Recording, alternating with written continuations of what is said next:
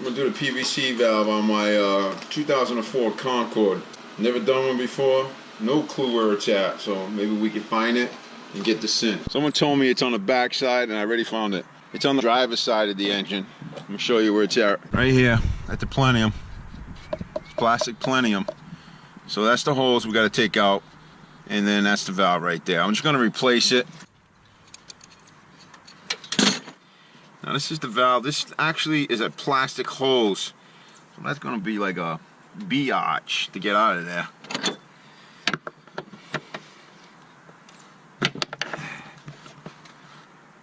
Ah, there you go. That wasn't too bad. And then you take your 3/4 wrench. I'm gonna use the box end. Probably gonna fit on that a little bit better. Yeah, use the box end. Just take it off. So once you get it coming out, you can get it by hand. And there's the old one. And all we do now is put the new one in. Alright, let's get it started by hand. Make sure you get this in right. You don't want to cross thread this. This is plastic and the plenum's plastic.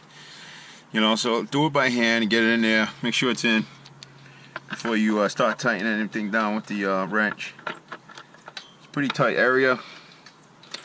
Use your right hand to hold it. Use your left hand to help turn it. It goes in fairly simple. Alright, now we're going to tighten that bad boy up.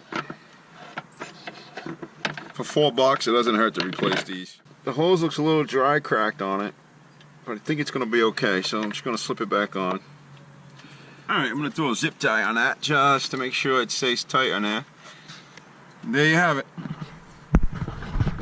PVC valve change on a 3.5 Chrysler Concorde. Alright guys, that's it. PVC valve, Chrysler Concorde 3.5. Throw some likes up there if you think the information is helpful. Subscribe. Thanks guys, I really appreciate you guys hanging out with me. Bye.